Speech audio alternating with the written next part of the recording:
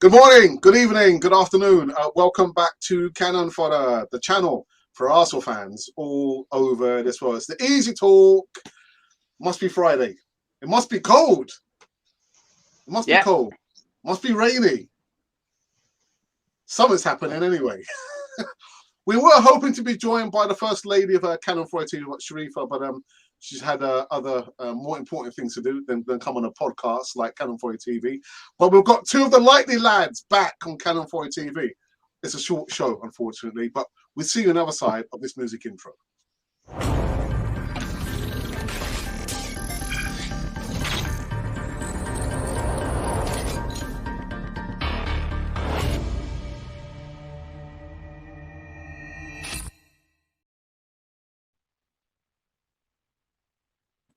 Yes, indeed. Welcome back to Cannon Fodder. It's the Easy Talk, and it's a short show. It's a bite-sized version, a shorter version. So let's go to the lads and find out how they are. LTEL. Yeah, I've just been out. I've milked a couple of cows out here in County Clare. So we've got plenty of milk for a while, and we're all going round to Tim's for a hoolie tonight, you know. We've got all the gear, all the pizzas, all the wine, all the milk you could possibly want. And we're going to have a hoolie watching the Arsenal match. Hey! Hey, nice one. Isaac, how's it going, brother? Yeah, we're doing great, brother. We're doing great. It's raining over here. It's been raining over a month. Very, very cold, but I'm here in the show doing what I love. Yeah, lovely, jubbly. So like I said, it's going to be a short one. I've got, other things I need to be doing with my wife. It's a 30 minute show here. If Aaron Day-Lewis, if Tim makes it in time, then we'll invite him on. But we're here. I want to get the opinions of LTEL about Nicolas Pepe. I thought he had an atrocious game on Monday, Tel. Absolutely abject. What is going on? Sell. Get rid of him. Good night, Vienna. Be on your way. Arrivederci, Roma. You've got to get him going. Listen, he hasn't got football. I was reading about Wenger today, and he said the great thing about Bergkamp was that not only did he have all the ability in the world, but he had a football intellect. And, you know, and I don't want to put anybody down, but I just see in Pepe somebody who he might have some silky skills every now and again, especially if he's in a tight area and he's inside the area and people can't kick him up in the air. But I don't think he fits our system. I don't think he understands our system. And I think it's time first of all, we said cheerio to him. But also, I would be holding an investigation at Arsenal as to who thought he was suitable for Arsenal and the EPL. He doesn't look suitable, and little flashes of genius is not good enough. In the hurly-burly of the EPL, you've got to have a lot more qualities. And I do know that Arsenal have 300 page dossiers on some players they're looking at. Well, I'd love to know who compiled the dossier on Pepe. I'm sure he's a lovely fella to know. He's very much a family man. Good luck to him, but we need to move him on. Oh, my goodness. Isaac. Pepe is very, very predictable in the way he plays football. Apparently at Lille, he had so many goals, but most of them were penalties. If you press Pepe to his left, he barely turns. So he's very, very predictable. And I remember saying in one of the shows that he only performs in useless games. He doesn't perform in games where you want to win or when there is pressure. He just performs when there is no pressure, and in games that really don't matter. So for me, Pepe, he's not suited for Arsenal. I thought he could unleash his potential, but and now sometimes you've got to give up. raise up your hands and you say, I've given up. So I give up on Pepe.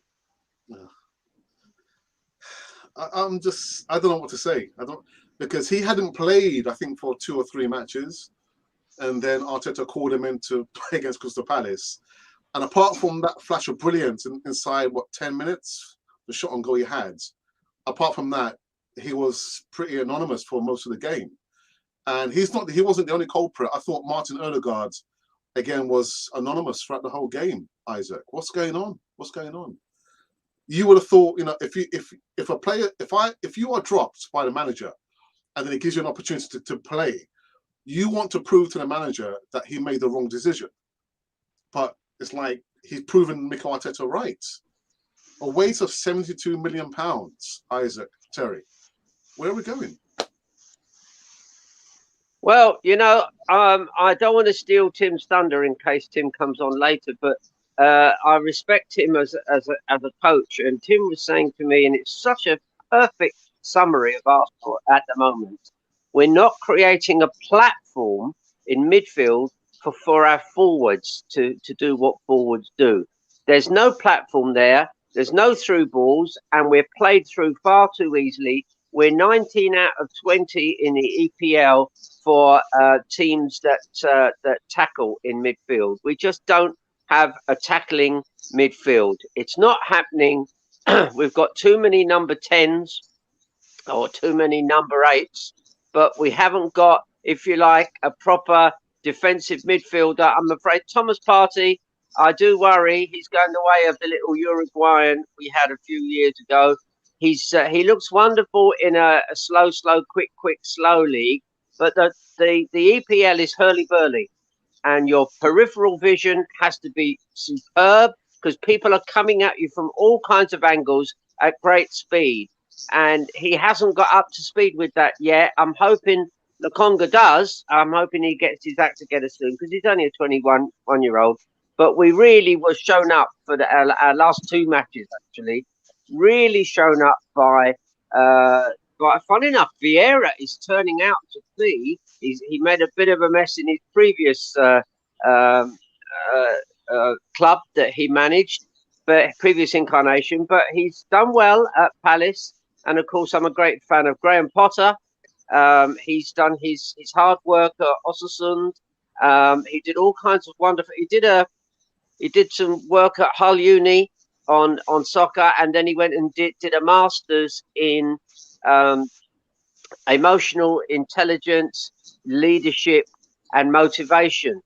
And you've got to have everything under your belt now. You've got to have all of that, plus you've got to be a good tactician.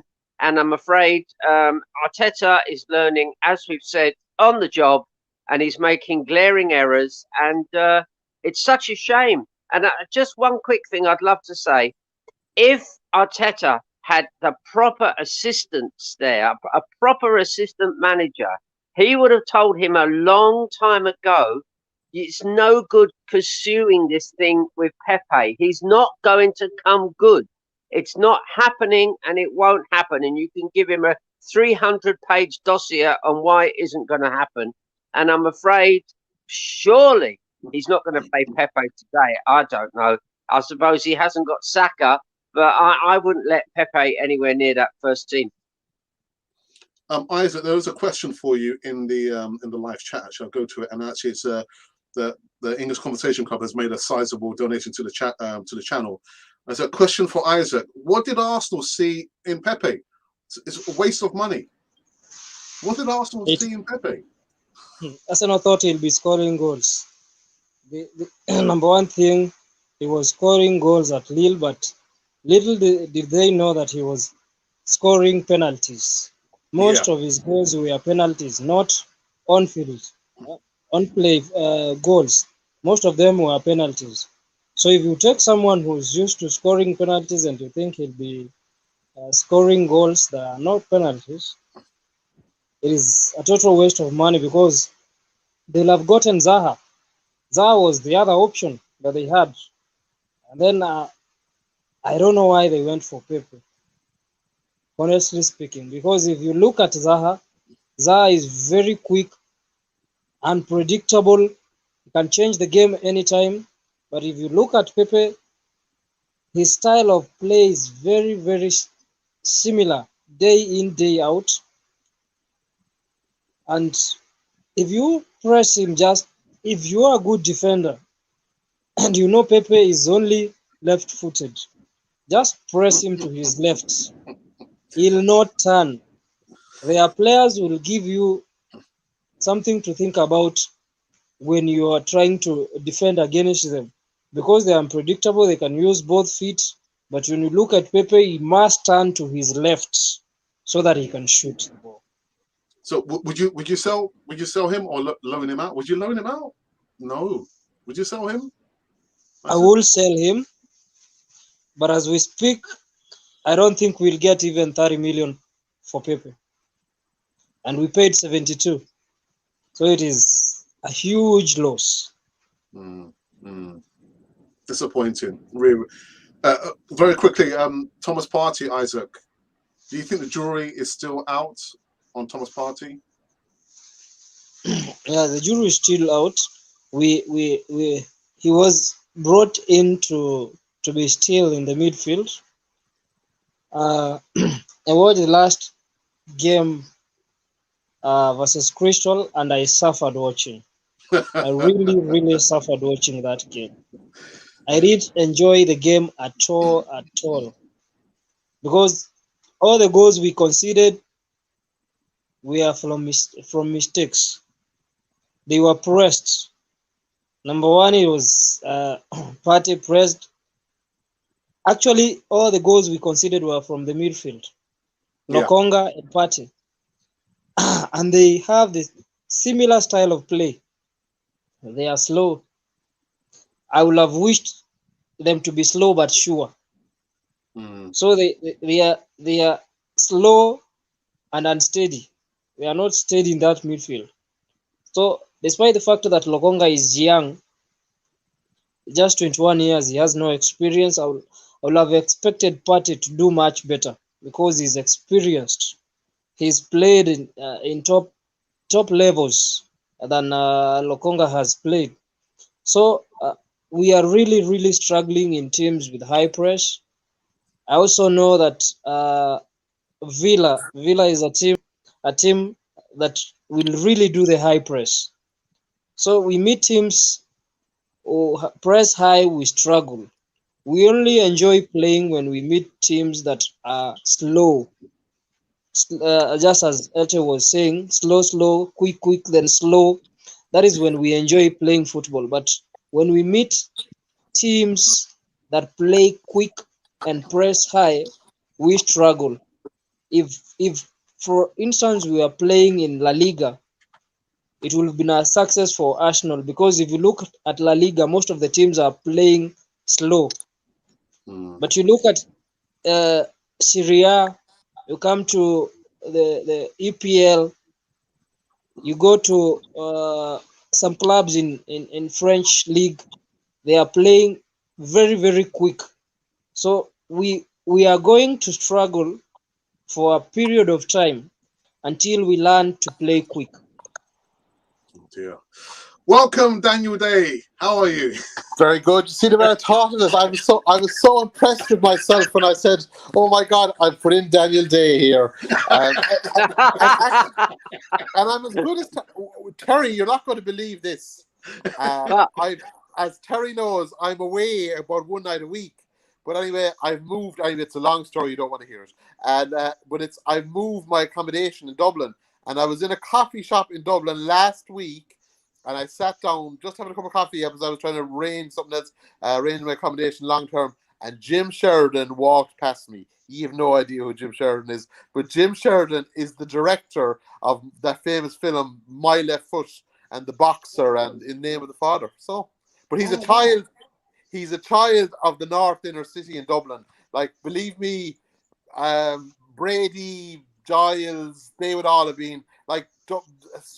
Football was the game of the streets. You know, the same as in every city, I suppose. But it's an urban game. But a lot. Liam Brady was a member of St. Kevin's, I think, or up around there. He was from around there, and so they were. So he. But Watchcall has a big affiliation with that. So I was fierce. I thought you, Alex, when I saw it. Or I've definitely Daniel Day now. But Well, Daniel Day, here's a question for you.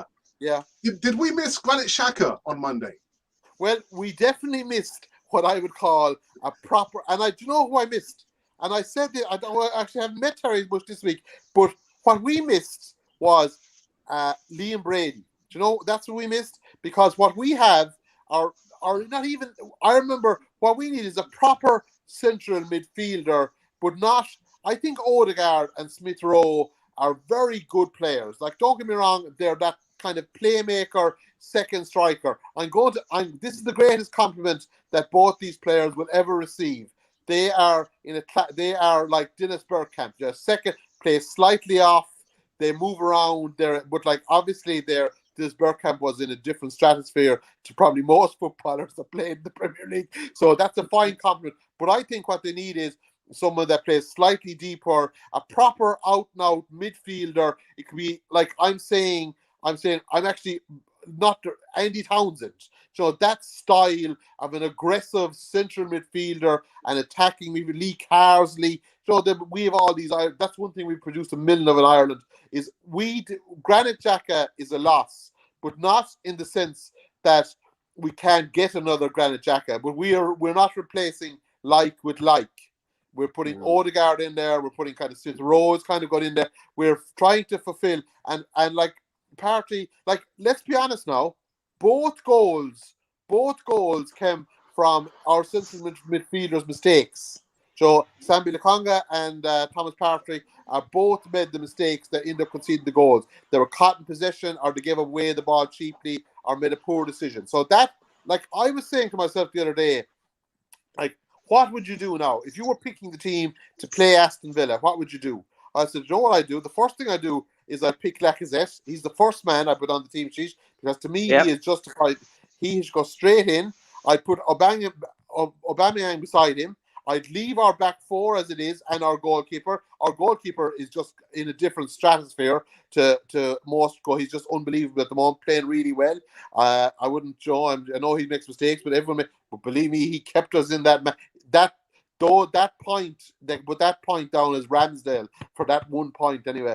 But the other end of it is a proper midfield, an aggressive central midfield that's going to come out with the ball, that's going to hold the center. Like, I mean, it's the classic game in be it Gaelic games, be it soccer, be it rugby. Protect your center. Don't let people run down the center. And I feel that's what we're missing. Granit Xhaka is a loss, but not Granit Xhaka in the sense of, let's say, oh, we can't do anything without Granit Xhaka.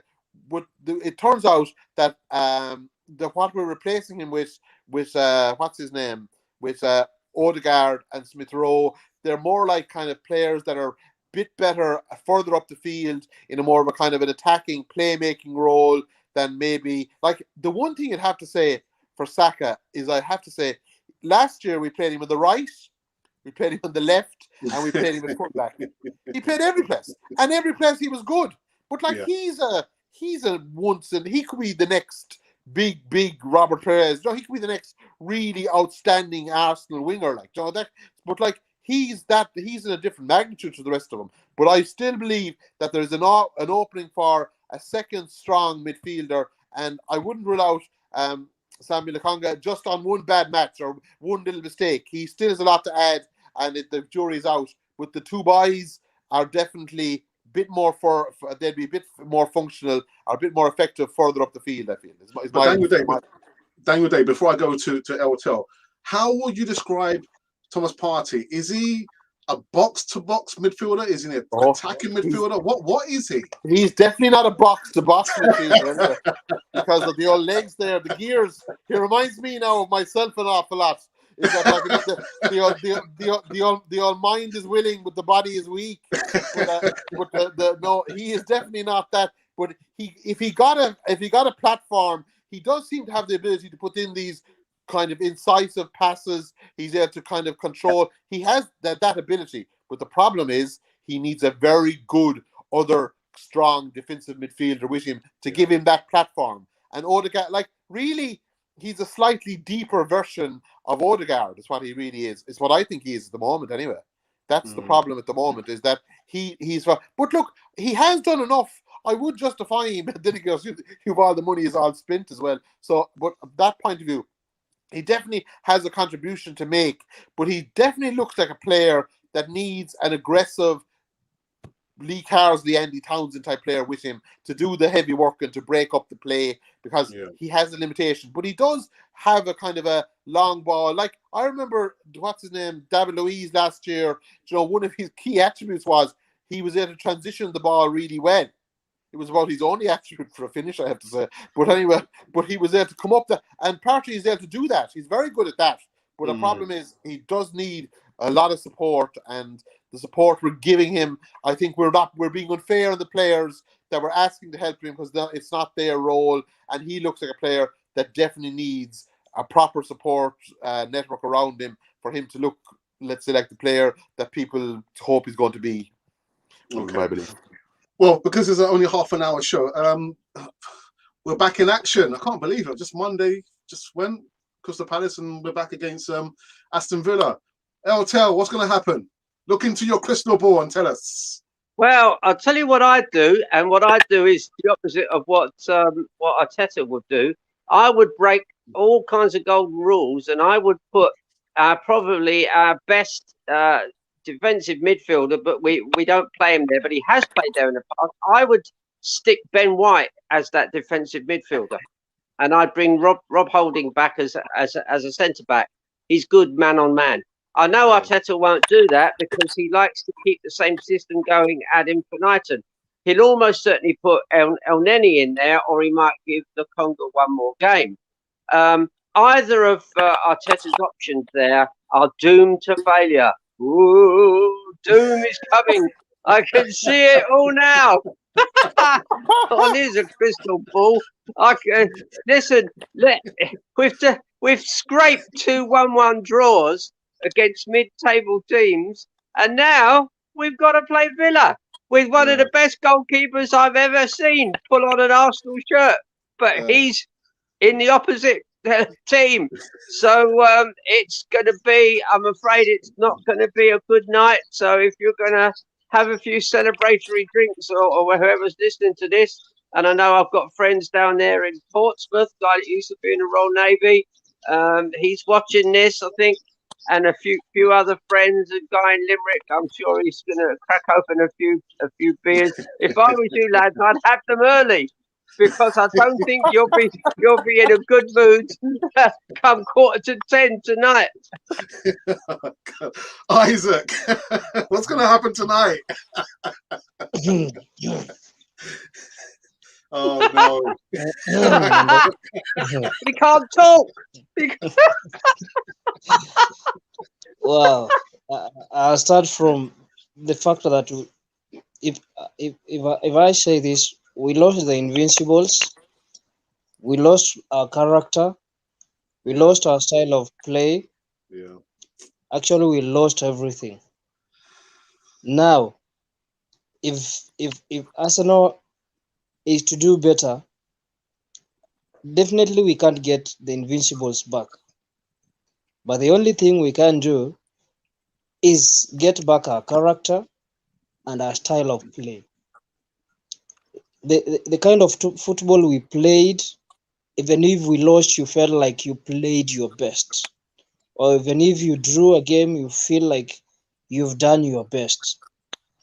But we play kind of football that mid-table teams play, or teams in championship play. It is going to be a hard game. We lost to them 3-0 at home, and then we went to their turf and we lost 1-0. So last season we lost home and away to Aston Villa. They have a very, very good goalkeeper who's kept clean sheets, who's commanding, who organizes his defense well. They have a team that is very, very compact and progresses the ball fast. Although they left, they sold Grealish to Man City, they haven't lost their style of play. Yeah. They still Yeah. play same, and whoever came in to replace Grealish plays very, very well. There's this young lad who looks exactly like Grealish, and he just keeps his hair as Grealish. The first time I looked at him, I thought, did Grealish go to Man City? Is this Grealish? But he plays very, very well. So it's going to be a tough game. Arsenal has to do better than the Crystal Palace game. Darren Day. Well, I'm thinking I'm going for a win. I'm going to start Lacazette. I'm going to go up front. I'm going to get the. It's going to be roll back the ears, maybe. He might be a big. And actually, another thing I've noticed is your man has well. First, he's got injured, and secondly, he had stopped scoring. Lukaku had stopped scoring. Yeah. So I said, you know, this thing is developing. It's changing. So. But maybe if you brought in an actual, like the problem, I think Aubameyang's work rate is reasonably good. But he still doesn't kind of have what you'd call a holding up or bringing players into the play. Well, if we went for a classic 2 strikers up front and make the midfield trying to transition the ball up to them and kind of have Saka coming in off the wing, I still give us a chance. And just remember, okay, Crystal Palace was a nightmare, but they were mistakes. The goals were mistakes. Ultimately, our defence has had reasonably so since we got them all in place. Since Tomiyasu, let's say Tierney, White, since all of the Gabriel, and of course our goalie, when we've got them all on the field together, playing together, they look a very good defence. I think Aston Villa are a good team now. I'm not rooting them down, but I think they might earn it tonight against a good Arsenal defence if Arsenal can provide any bit of cover in the centre of their own midfield, and if we can, as the saying goes, the best form of defence is attack. So stick up two players up front, have Lacazette holding up the ball, and hope to hell that Aubameyang and himself can kind of join on the one wavelength at some point and maybe sneak an out goal. 1-0 the Arsenal.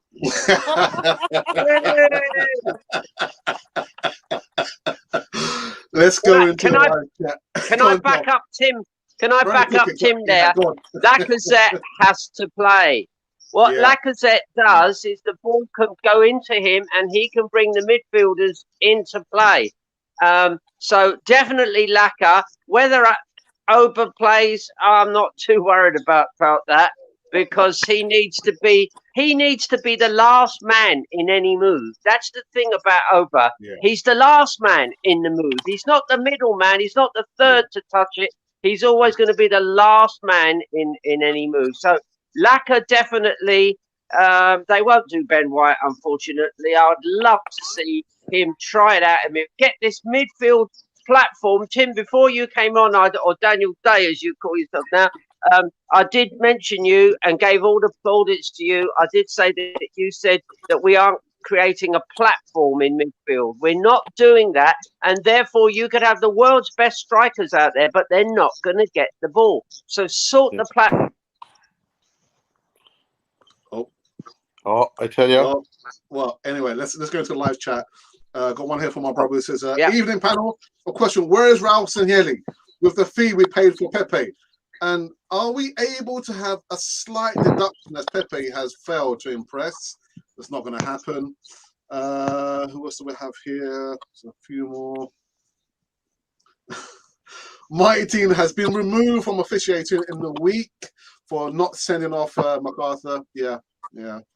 Got one here from DWT. Says, hello, Alex and panel. Villa was 2 goals. Was up 2 goals and lost. So you're saying there was a chance? There's no chance. There's no chance. I'm sorry. There's no chance. There's no chance. Guys, I'll give him the start, Alex. Yeah, go. Arsenal has not won a game that we've conceded first. Or Arteta. Arteta hasn't won a game that we've conceded first. The best he can do is a draw. He only wins where he scores first. And if he's pressed high, he draws those games.